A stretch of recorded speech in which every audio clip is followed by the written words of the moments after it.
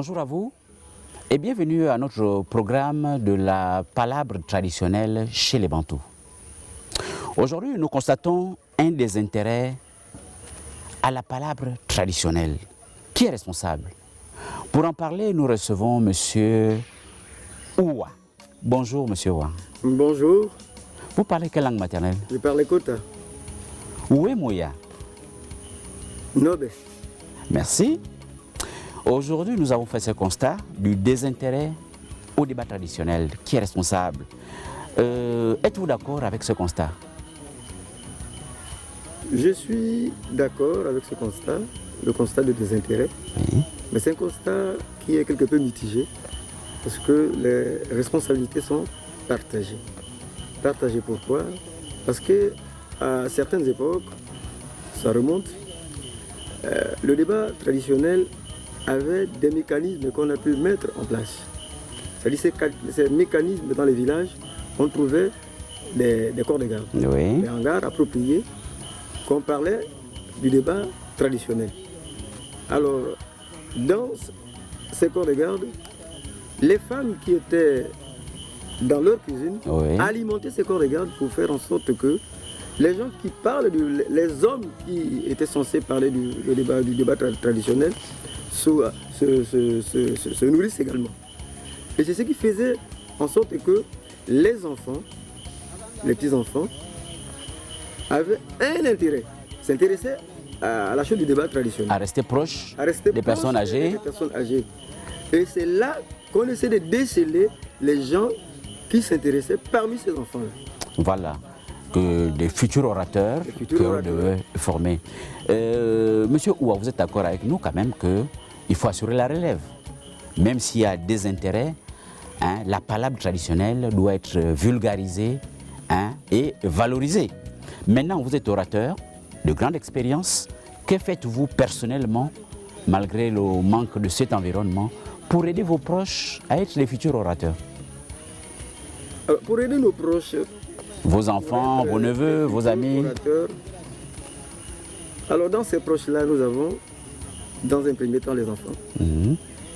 Nous avons également des neveux qui peuvent également s'intéresser, que nous avons dans nos milieux. Alors, si on voit que l'enfant ne suit pas, mais automatiquement on tend la main au neveu qui donne l'impression de suivre. Mais généralement, ça crée d'autres débats à l'intérieur des familles que pourquoi ça a été légué par le neveu, pourquoi pas moi qui suis le fils. Mais si le fils ne suit pas, puisqu'on veut pérenniser la chose, on veut également la vulgariser. Alors, si le fils ne suit pas, mais le parent qui est dépositaire de cette connaissance Oui. ne peut pas attendre le fils parce qu'il est son fils. Mais il doit, n'est-ce pas, se prononcer pour prendre le neveu qui doit, n'est-ce pas, relayer. Mais pourvu que le neveu soit également capable de relayer la chose telle qu'elle se... Aujourd'hui, vous êtes orateur, vous avez été aidé sûrement par quelqu'un. Par qui? Ou par volonté personnelle? Je dirais par volonté personnelle. Pourquoi je dis par volonté personnelle? Parce que généralement, si j'ai parlé tout de suite du cas des corps de garde, alors généralement quand il y avait des débats, je m'intéressais.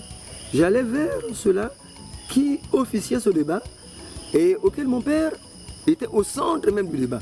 Donc je l'écoutais parler. Alors donc si on parle d'être aidé, je n'ai pu être aidé que par le touchement de mon père parce que je le suivais avec beaucoup d'attention. Donc aujourd'hui, c'est ce qui nous manque à nous présentement parce que nos enfants ne s'intéressent pas. Ils sont plus ailleurs qu'avec nous. Oui, monsieur Ouwa, c'est vrai, des intérêts auprès des apprenants. Nous avons aussi remarqué que ceux qui ont la connaissance, donc les dépositaires, ne sont pas disposés à libérer, à donner la connaissance à ceux qui ont envie d'apprendre. Êtes-vous d'accord avec ce constat? Vrai ou faux? Je suis d'accord. Il y a certains qui ne sont pas tellement ouverts, qui ont certainement de la rétention de la connaissance. Mais vous savez que le débat dans le milieu bantou, le débat traditionnel dans le milieu bantou, c'est tout un processus, c'est un long processus. Et dans le cadre de ce processus, on essaye de voir, parce qu'on ne peut pas donner, on ne peut pas léguer cette connaissance à quelqu'un qui ne sera pas à même ou encore à la hauteur de mieux gérer cette connaissance. Effectivement. Alors donc c'est pour cela, on est obligé, parfois, nous, en tant que dépositaires de cette connaissance, nous revenir vers soit le neveu qui est proche de moi. Parce que c'est nous qui allons maintenant vers le neveu, parce qu'on ne veut pas que cela cesse. On ne voudrait pas que ce cordon soit coupé. Mais certains disent même que parmi certaines conditions, c'est qu'il faut parfois payer quelque chose. Peut-être c'est l'enfant du voisin, il n'est pas votre neveu, il n'est pas votre fils, mais l'enfant du voisin s'intéresse. Parfois, le dépositaire dit qu'il faut payer quelque chose. Ça ne remonte pas d'aujourd'hui. Alors, parce que pour recevoir une connaissance, c'est le prix de beaucoup de sacrifices. Alors, si ceux-là qui viennent autour de celui-là qui est dépositaire de la connaissance, ils doivent payer le prix. Il dit que quand tu veux vraiment avoir de la connaissance, va me chercher telle chose, va dans tel village, va me puiser de l'eau. C'est ça le prix. Effectivement, ce futur orateur qui mérite cette connaissance, en sorte doit remplir certaines conditions aussi. Il doit remplir certaines conditions que vous observez sans qu'il le sache. Sans qu'il le sache. Voilà. Vous qui observez, c'est vous qui avez vraiment un esprit observateur vis-à-vis du futur orateur. Monsieur Oua, est-il souhaitable aujourd'hui, lorsqu'on va à une cérémonie, les parents vont à une cérémonie, de se faire accompagner des enfants? Bon, à être accompagné des enfants, c'est peut-être pas... Des enfants majeurs qui ont un certain âge, afin de vivre certaines réalités. Mais raison pour laquelle on dit qu'il y a toujours, même si vous avez beaucoup d'enfants, mais il y a toujours un qui se distingue parmi ceux-là. Et il n'y a que seul toi, même qui a vraiment, qui a beaucoup observé, et qui jugerait peut-être utile de dire que non, mais celui-là, je dois l'amener à chaque fois que j'irai, quand je serai appelé lors des cérémonies. Monsieur Oua, que dites-vous? Quelqu'un a un deuil, par exemple, une cérémonie, un deuil. Il a un collègue, par exemple, de travail qui veut venir manifester sa compassion, venir l'assister. Mais lorsque ce collègue, cet invité, vient vous assister, au lieu d'être au lieu de la cérémonie, il est dans un autre endroit voisin. Par exemple, un bar. Comment vous appréciez cette façon de faire? Est-ce qu'on n'encourage pas le fait que les gens ne s'intéressent pas à la chose? De manière tacite, je vais dire qu'on encourage qu'il y ait des intérêts. Qu'il y ait des intérêts. Parce que la palabre se passe au lieu où... Au lieu de la palabre. Au lieu de la palabre. Oui. Mais la palabre ne se passe pas à un lieu d'ailleurs, non. Mais plutôt la palabre se passe au lieu où se trouve la palabre. Mais l'autre constat, c'est que parce que c'est vrai qu'on a dit qu'on disait d'avance que les responsabilités sont partagées. Mais vous qu'on assiste, c'est vous qui amenez votre invité qui vient vous assister hors du lieu. Comment vous appréciez ce comportement? Mais c'est des comportements qui ne s'y est pas. C'est des comportements qui, malheureusement, nous devrions, n'est-ce pas, fustiger pour... nous devons mettre des mécanismes de rappel à l'ordre. Et ces mécanismes de rappel à l'ordre ne peuvent pas venir des Occidentaux ou encore moins des Arabes. Mais ça devrait, n'est-ce pas, venir de nous-mêmes, des Africains, des Bantous que nous sommes.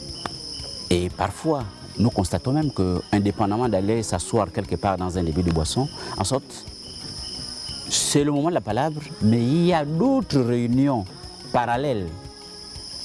Et tout cela joue en défaveur de l'intérêt à la culture de la palabre. Hein, monsieur Oua?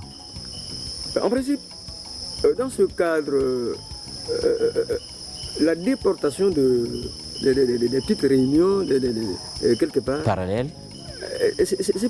Ça ne remonte pas seulement d'aujourd'hui. Ça remonte aussi d'avant. Parce que dans ces réunions, il y a la critique aussi qui est là-bas. Parce que tous tous ne sont pas pour, soit l'orateur, tous ne sont pas pour, ceux-là qui officient le débat traditionnel, il y a ceux-là qui disent que non, mais pourquoi lui, pourquoi pas moi, mais qui ne sont peut-être pas capables de faire ressortir quelque chose d'essentiel devant les gens pour ce qui concerne n'importe quelle palabre. Au jour d'aujourd'hui, M. Ouah, pensez-vous que la relève est assurée? Vous êtes orateur à la palabre traditionnelle lors des cérémonies chez les Bantous. Pensez-vous que la relève est assurée ou il y a des efforts à faire pour aider les jeunes à aimer ce créneau? Je dirais que là, au point de vue relève, la relève, on ne parlerait pas tout de suite de relève. Êtes-vous optimiste ou pessimiste? Je suis optimiste, mais puisqu'il y a plus de désintérêt que d'intérêt.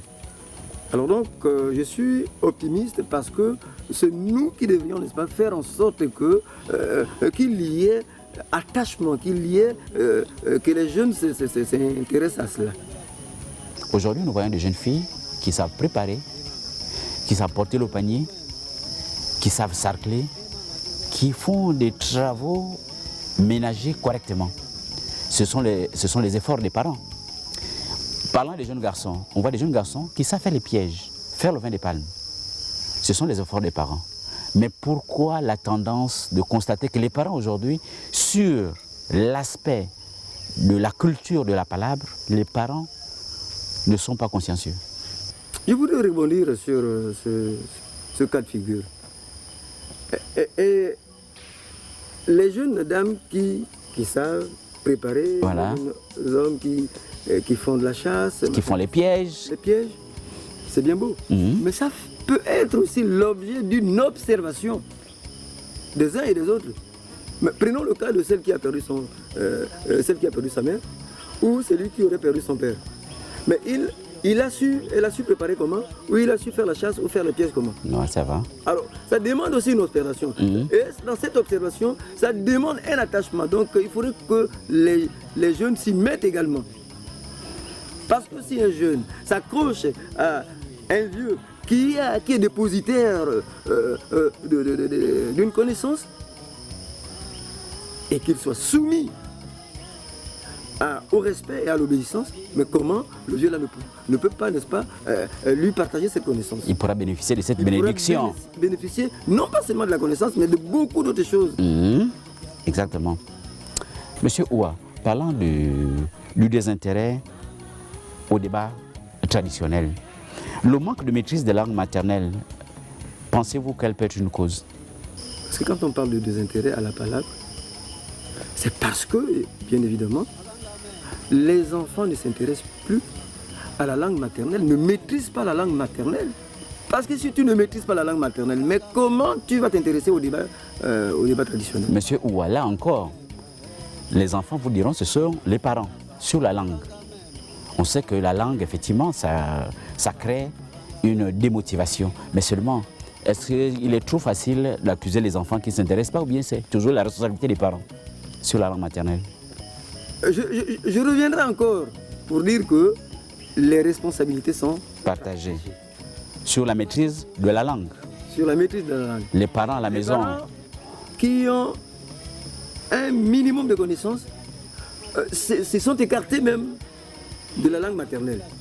Et dans les milieux auxquels ils vivent, ils ne parlent avec les enfants qu'avec le français, qui est une langue étrangère.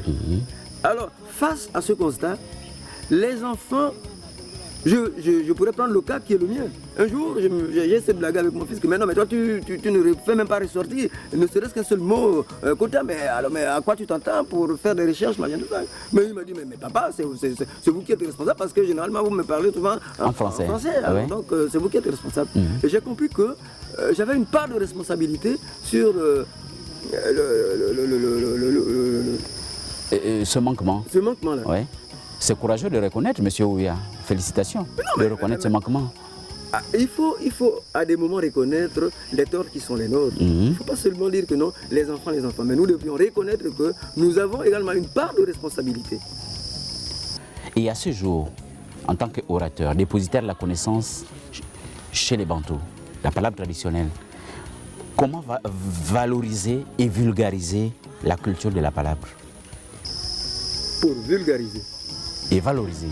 Et pour vulgariser et valoriser, nous devrions, n'est-ce pas, faire un effort nous-mêmes de tenir un langage qui est lié à la langue maternelle. Ouais. Et que nous devons maintenant repartir et parler peut-être plus à nos enfants, mais à nos petits-enfants, la langue maternelle. Parce que ça pourra être, pas ça pourra, mais ce serait bénéfique pour eux. Et ils pourront même faire mieux de recherches par rapport à ça. Parce que il va partir, on lui dira de faire une recherche. Admettons qu'il est dans un domaine des sciences. Et qu'on lui demande comment, va chez toi, mais comment il va faire, comment il fera ressortir les noms des arbres, les noms des feuilles, machin, tout ça, s'il ne maîtrise pas la langue maternelle. Alors les recherches chez lui seront difficiles s'il n'arrive pas à maîtriser les appellations des arbres et certaines feuilles, ou voire même certains animaux. Monsieur Oua, imaginez-vous, est-ce que vous vous imaginez chez les Bantous une cérémonie s'organiser sans la palabre, sans le débat traditionnel? Sans le débat traditionnel. Est-ce imaginable? Non. Quelle que soit la nature de la cérémonie, que ce soit une cérémonie de réjouissance, que ce soit une cérémonie de malheur, il faudrait qu'il y ait débat. Pourquoi? Pourquoi? Débat. Parce que c'est le débat qui cerne pratiquement les contours. C'est-à-dire que le débat fait vivre même les instants de la chose, de l'événement. C'est-à-dire que même ceux qui n'étaient pas connus, les gens sauront ce qui s'est passé à travers le débat. C'est une occasion d'un dialogue élargi, voilà, d'un dialogue élargi, de concertation. Mais le but c'est ça. Voilà. C'est d'essayer de penser et de repenser certaines choses. Voilà. Donc nous voyons que ce n'est pas un domaine à perdre. Ce n'est pas un domaine à perdre. C'est un domaine que nous devons, n'est-ce pas, faire en sorte que... C'est un domaine que nous devrions garder comme... qui doit être une chasse gardée pour nous. Voilà. À ce stade, qui sont les responsables? En 2-3 mots, avant de faire un résumé en langue pour la communauté Kota. Les responsables, comme je disais tout de suite, en reconnaissant que j'ai été celui-là responsable, parce que mes enfants aujourd'hui n'arrivent pas à ressortir quelque chose le quota couramment. Les parents sont responsables. Les parents sont responsables. Les enfants sont responsables. Les enfants sont responsables parce qu'il y a de la réticence des enfants. Mais cette réticence vient des parents. Donc voilà. Les parents sont plus responsables que les enfants. Voilà, nous sommes arrivés au terme de notre débat. Monsieur Oua, nous voulons un petit résumé en langue locale pour la communauté Kota. Bei ikot matanda bei lolo o lolo che mini ba peke ke che bana ba mini ba ebeke isoko joyi la mini so na ba so joyi la mini ba wangu ba metanga bijang ba peka e hadi wangu ba peka metanga bwe. Parce que boye di mene boye bangu peka ba metanga ba duwe boye nge na mini wene bango ndeke ba joyi la mini bango ba ko peka kana boye ba ta wangu ba metanga madi metanga melo mechi no boaki yolaka bela bien o miele o hakoya bei nande yango matana bi lolo che mini lolo mina soke na bana mini ilongola mini elo maitanda bei lolo. Merci Monsieur Oua pour votre contribution à cette émission, la palabre traditionnelle chez les Bantous. Aux uns aux autres, merci encore pour votre attention à ce programme. Nous vous fixons rendez-vous pour un prochain numéro dans quelques semaines.